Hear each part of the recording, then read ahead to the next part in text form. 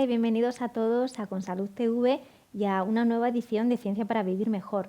Hoy tenemos con nosotros a la doctora Natalia Carballo. Ella es jefa del Servicio de Oncología Radioterápica del Hospital MD Anderson, con la que vamos a hablar sobre el presente y futuro del cáncer.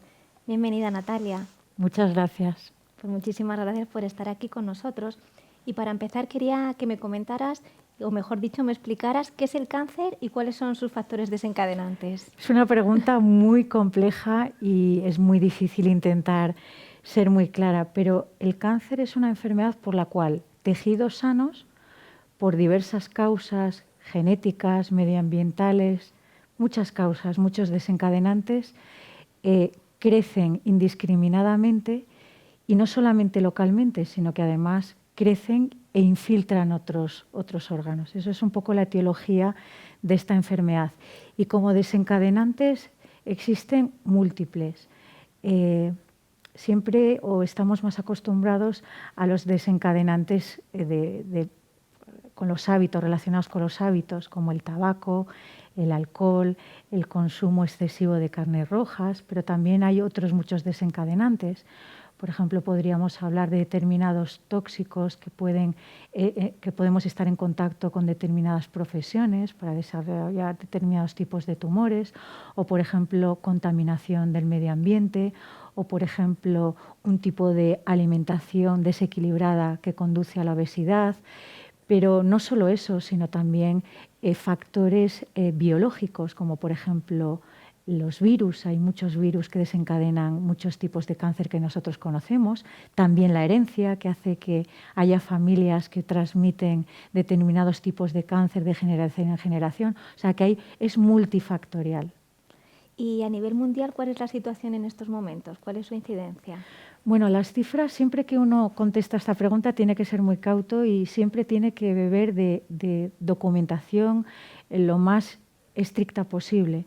No es fácil porque los últimos 2 años los registros han sido diferentes por lo que ha pasado por el COVID, pero las cifras que tenemos más o menos del 2018 estimaba en 18 millones de personas que podían enfermar, y la previsión para el 2040 era de 30 millones. Entonces, al final estamos hablando que la incidencia del cáncer es muy importante, es una enfermedad con mucha incidencia y luego prevalencia, porque curamos o cronificamos muchos casos, pero también con mucha mortalidad, cada vez menos, pero sigue habiendo mucha mortalidad.